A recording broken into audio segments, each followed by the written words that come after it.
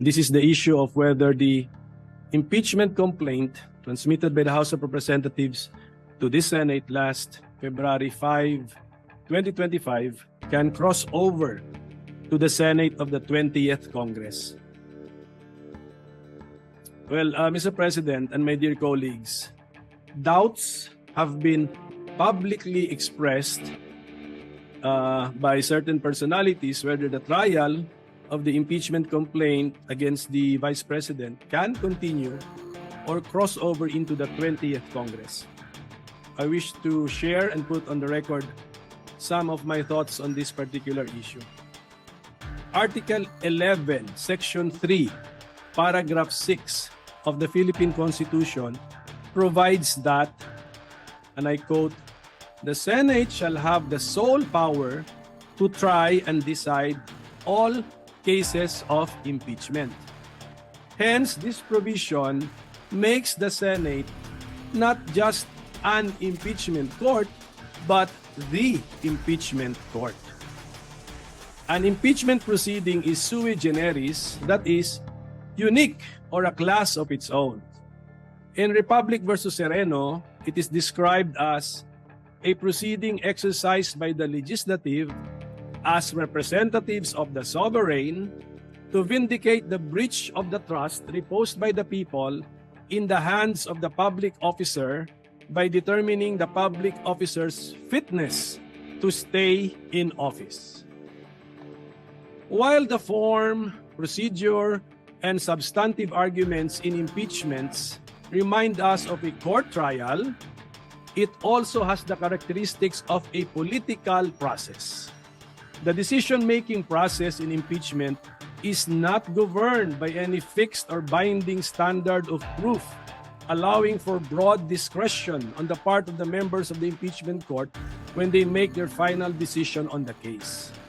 The decision makers or the members of the impeachment court can use any standard of proof they want, and this choice will not be subject to any review by any court except the court of public opinion, which is not technically a court.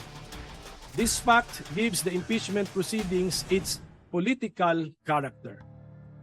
Hence, to better understand these sui generis impeachment proceedings, we need to look for analogies using well-known principles and practices in other systems which are applicable to impeachment proceedings. As to the question of whether the impeachment trial conducted by the Senate in the 19th Congress or the impeachment complaint entertained by the Senate in the 19th Congress can cross over and continue into the 20th Congress, there is no provision in the 1987 Constitution or in the Senate Rules of Procedure on impeachment trials that expressly prohibits this. On the contrary, the Senate Rules on Impeachment support the position that the impeachment trial shall continue until final judgment, even if it is necessary to continue into the next Congress. Let me read the rules. Rule number 3. Upon presentation of the articles to the Senate shall specify the date and time for the consideration of such articles. Unless the Senate provides otherwise, it shall continue in session from day to day, except Saturdays, Sundays, and non-working holidays, until final judgment shall be rendered, and so much longer as may in its judgment be necessary. There is a contrary opinion that the rules of the Senate which mandate that all pending matters and proceedings shall terminate upon the expiration of one Congress should take precedence over the cited rules on impeachment, which state that the trial shall continue until final judgment. The justification for the precedence given to the rules of the Senate is that the latter were passed by virtue of the power granted by the Constitution to the Senate to promulgate its rules. That is found in Article 6, Section 16, Paragraph 3, which provides each house may determine the rules of its proceedings. However,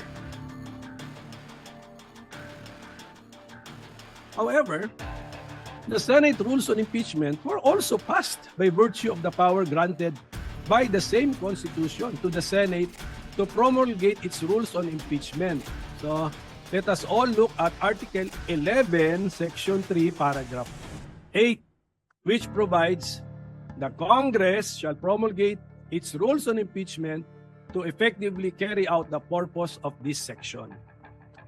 In fact, there should be no conflict between the two rules because the rules of the Senate apply to legislative proceedings of the Senate, while the rules on impeachment apply to cases of impeachment. On this issue, the Supreme Court in the case of Pimental Jr. versus Joint Committee of Congress ruled that the legislative functions of the 12th Congress may have come to a close upon the final adjournment of its regular sessions on June 11, 2004.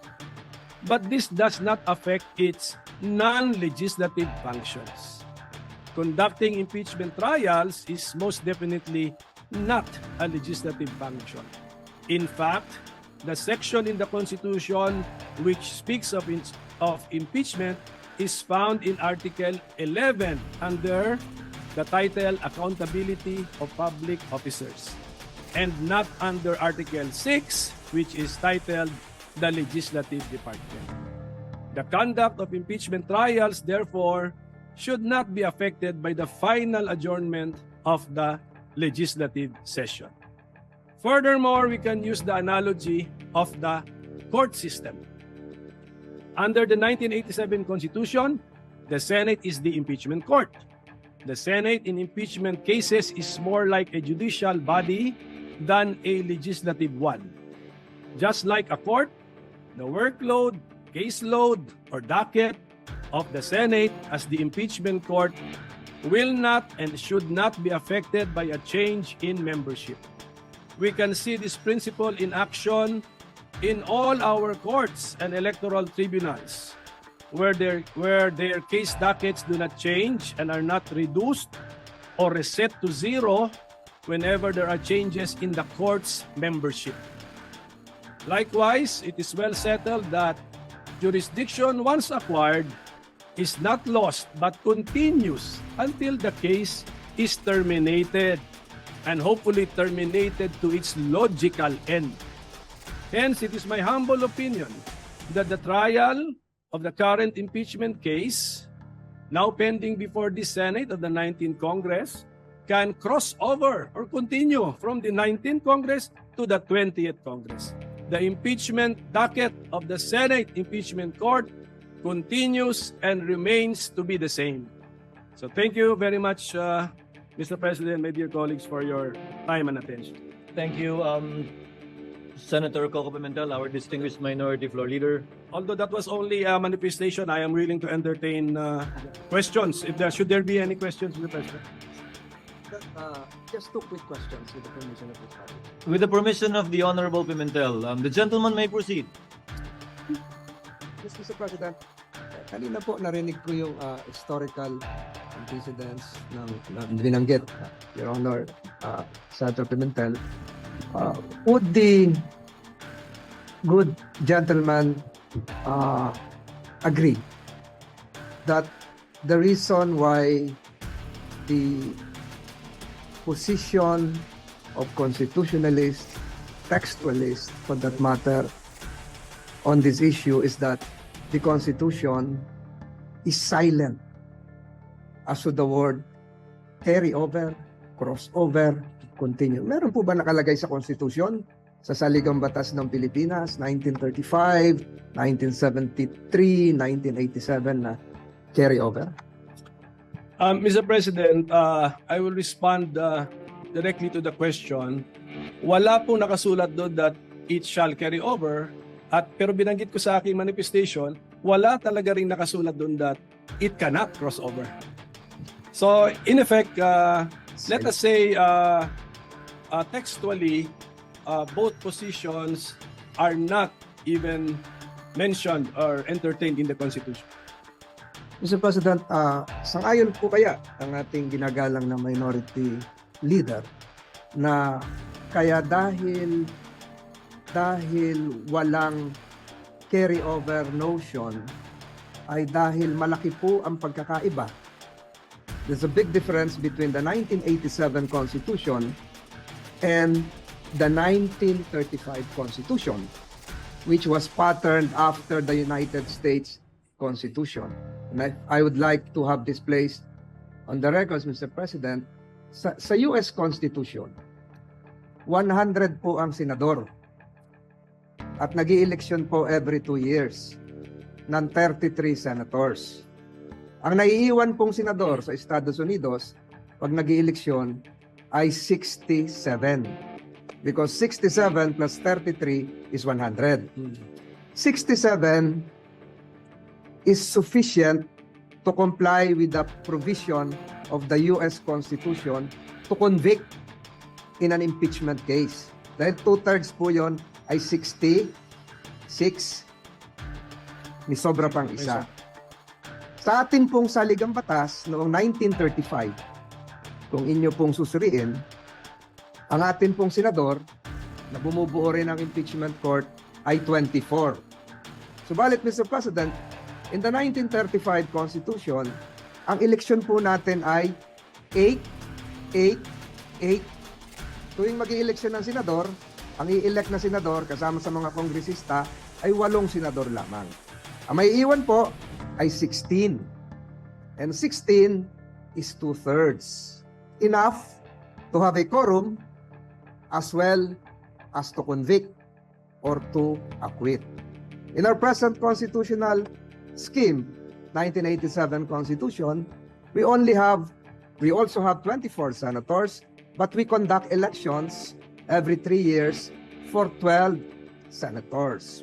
Meaning to say, Mr. President, yung may iwang kalahati na 12 is not sufficient to constitute a quorum, dahil 12, dapat 13, much more convict. Because to convict, you need 16 senators, Mr. President. Is it now the proposition of the good minority leader that the constitutional spirit as enshrined in the 1935 Constitution, the same as the spirit prevailing, although it is not as admitted by the good minority leader, textually enshrined, the same as the 1935? Ibig sabihin po ba yung 12 ay may quorum? Yung 12 ay pwedeng maging 2/3 to allow your notion that we can carry over at yung sikat nga yung salita, maitawid. Tama po ba yun, Mr. President? Ako, Mr. President, yung 2/3 kasi is actually that was probably just the decision of the framers of the Constitution. They could have made it 1+1. They could have made it 3/4. So it's maybe by accident that 2/3 is equal to 8 plus 8 is 16 is 2/3 so 24. But I do not think that was really the point, Mr. President. But at any rate, we have to live with the 1987 Constitution. So we look at the 1987 Constitution. And looking at the 1987 Constitution, the Senate is the impeachment court, not because it is the Senate created under Article 6, because it was recognized to be the court under Article 11. The framers could have chosen another body to be the court. That is theoretically possible. But it chose the Senate, not as a legislative body, but as a part of Congress, but not as a legislative body. So, yun po yung aking pagkaintindi. We have to live with the 1987 Constitution. We copied generally the idea siguro sa United States, but let's not be so beholden to their practices and rulings kasi iba na rin po, iba talaga ang sitwasyon natin. And I think textually speaking, my position is supported that although we keep on saying Senate, but this is not Senate as the other half of Congress, but this is the Senate chosen under Article 11 to be the impeachment court. So iba po ito, and then may paragraph 8 doon, sinabi, Congress shall also issue the rules to give life to the accountability of public officers. So, and we have done that. So, kaya ang aking stand actually is, the Senate as an institution is the impeachment court. So the member judges can change. But just like as a division of the Supreme Court, division of the Sandigan Bayan and the CA, if they change their members, yung docket nila or caseload nila, tuloy pa rin. They have to decide the cases. and bring the cases to their logical conclusion. So that is my simplified position, Mr. President. So one last question, Mr. President, if the good gentleman would accede. Ang ibig sabihin po nito, Mr. President, is that the Senate now, under the 19th Congress, is empowered, is authorized to confer a jurisdiction to another Senate, which would be forthcoming, the Senate of the 20th Congress. So, allowed po ba tayo under the Constitution to transfer pending business, or should it follow likewise, using your logic, the traditional norm of having it refiled and reset starting from zero? Similar to the bills. Yes, yun na nga. So, ibig ko sabihin, Mr. President, what would prevent the 19th Congress from passing on the impeachment case, not just to the 20th Congress, but to the 21st Congress? And I implore the good minority leader that all the provisions mentioned a while ago, which are correct, should likewise be read together with the constitutional provision that there should be only one impeachment case filed per year against the same respondent, Mr. President. Alam nyo ba, Mr. President, na yung rule na yung legislative workload natin ay magre-reset kada pag may bagong kongreso? Alam nyo ba na wala sa Constitution yun? Nasa rules natin yun. Oh. Ang rules natin, promulgated natin because of the power given to us by the Constitution, but the Constitution does not specify that. Actually, we could have written na yung pumasa na ng third reading, itrato natin na third reading na rin. We could do that, but we did not do it. So policy lang po yun na reset natin as far as legislative workload is concerned. Pagdating naman sa impeachment judicial workload of the Senate as an impeachment court, I propose, or I give the interpretation that the caseload remains. Ang nagbago lang are the member judges, just like I think we can easily envision sa Supreme Court, nagbabago, divisions ng CA, divisions ng Sandigan Bayan, but the caseload remains. So I think we can mentally separate the two, kasi Article 6 yung legislative workload, Article 11 yung impeachment workload. So that would be my response, Mr. President. But Mr. President, would not that prevent the other part of the two-step process? Two-step process, because filed by the lower house, prosecutors, received by the Senate, the trial jurors, the trial judges. Would not that prevent the other part of the two-leg process from initiating another complaint, because there is now a case pending which you say should be continuing? If the majority leader will allow me not to respond, but yes, his question is very loaded and provides the hint of what can happen in the future. Mr. President, I've taken too much time of this body. I would relish interpolating the good minority leader even for 5 hours on this topic alone. But again, Mr. President, siguro mahabang-mahaba na po ito. I stick again to my previous manifestation that if we will not be able to conclude whether acquittal or conviction, the present impeachment case against Vice President Sara Duterte before the lapse of the 19th Congress, the same is functionally dismissed or deemed de facto dismissed, Mr. President. Yun lamang po, Mr. President, at ako po ay nagpapasalamat sa ating minority leader.